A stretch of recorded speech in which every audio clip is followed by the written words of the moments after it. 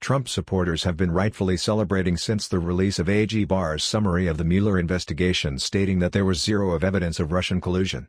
However, once the giddiness of being right starts to wear off, it will be replaced with anger when the scope of this giant hoax starts to become apparent to sober observers.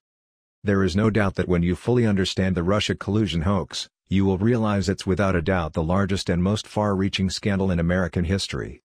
This was far more than a political scandal. America has had plenty of political scandals involving various politicians, ranging from congressmen all the way to the president. But these were localized scandals, involving one department or agency, and only a few main players.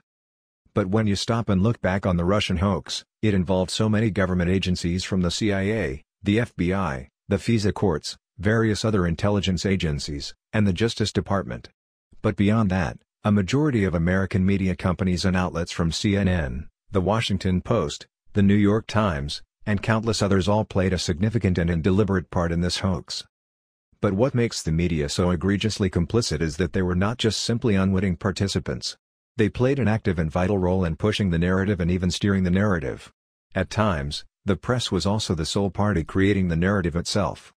As Matt Taibbi has written, over 50 bombshell reports were written by the mainstream media pushing and creating the Russian hoax narrative, and all of them were walked back by the publication or outright retracted. But there were hundreds more. Matt Taibbi said he simply stopped keeping track at 50. So hundreds of stories by America's leading media outlets published stories that are proven to have been totally false. The sheer number of these stories makes it impossible to believe it was anything other than deliberate. But the list of perpetrators in this scandal doesn't stop there. The world's largest technology companies were involved as well. Google, YouTube, Facebook, and Twitter have all been shown to have manipulated their own platforms in order to promote anti-Trump rhetoric, most of it revolving around the Russia hoax. Not only that, they banned, shadow banned, censored, and deplatformed anyone who dared question the official narrative around Russian collusion, a narrative now shown to be completely fake. So here we have the most powerful agencies in government, a majority of media companies, and the most powerful tech companies in America all conspiring together to demonize, slander, and libel a duly elected president in an effort to oust him from office.